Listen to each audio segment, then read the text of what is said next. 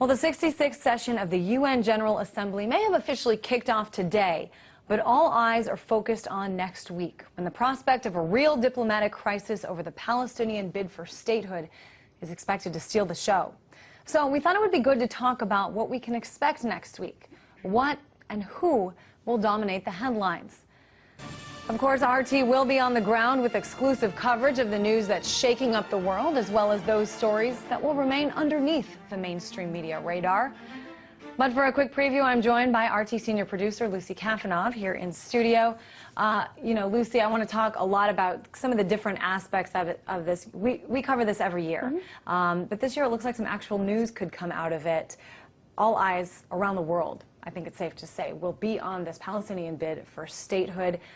And there are so many layers to this. Why don't you break this down for us? It is kind of complicated, but very exciting to actually have some real diplomatic stuff to cover, different from the usual sort of preachy, boring speeches that we seem to get out of the Assembly.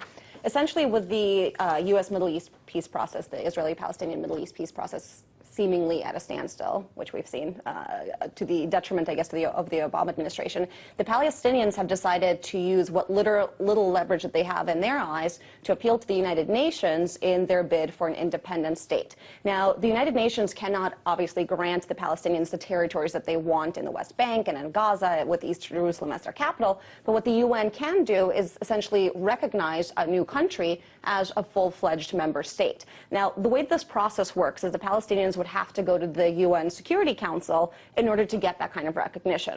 Who's on the Security Council? Of course, it is the United States, and the Obama administration has been very, very clear in saying that they're going to veto that effort. But the Palestinian effort doesn't end there. What they can then do is go to the General Assembly, where all you need is a simple majority to pass, which they are expected to get, and what they'll be able to gain from that is sort of switch from the non-member observing entity, which is what they are officially called right now, to a non-member observing state, kind of like what the Vatican is, for example. And what does that get them? Well, it's a little bit more than just symbolism. It would allow them to sign on to certain international bodies, like, for example, the International Criminal Court, which for obvious reasons is not something that the Israelis want to see happen. Right, and regarding the U.S., I mean, I think it's interesting that you say the U.S. is doing a lot to make sure that this doesn't happen.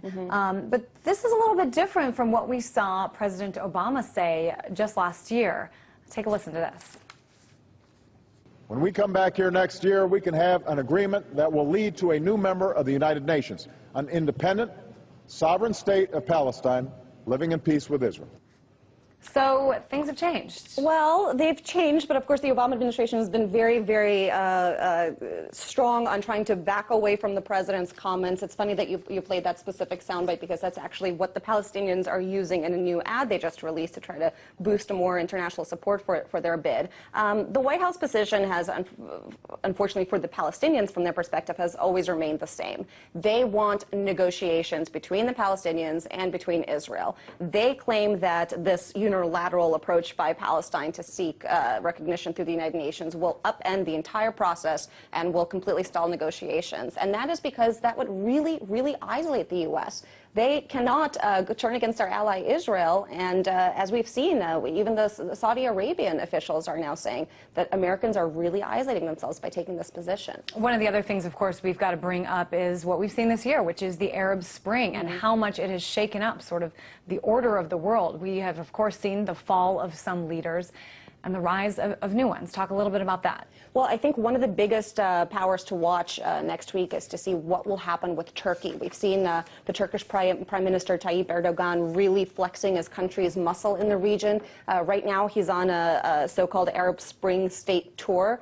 He spoke before the Arab League today, where he, in the strongest, the really strong terms, condemned world stance towards the Palestinian issue, really supporting the Palestinian bid for statehood. And that is really, again, a really worrisome development for the U.S. and Israel. Turkey, of course, is a NATO member.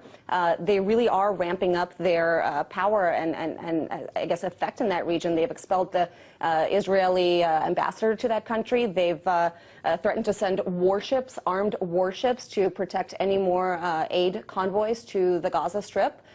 So it really remains to see whether this kind of I guess, bellicose attitude will translate to the debate next week. And just real briefly, Lucy, we can't not talk about Iran every year.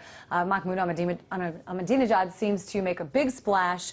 Do we expect to see the same thing again? Yeah, you know, it's interesting because now we actually have some other stuff to cover other than the usual neocons coming out and flipping out about, you know, potential threat that Ahmadinejad poses to the country. We do see the usual sort of billboards, all eyes on the Iranian president's arrival, but of course this year some actual diplomatic issues that really do need to be resolved. All right, RT senior producer Lucy Kafanov, thanks for doing that and for attending the conference next week. I'm sure you'll find a lot of stuff.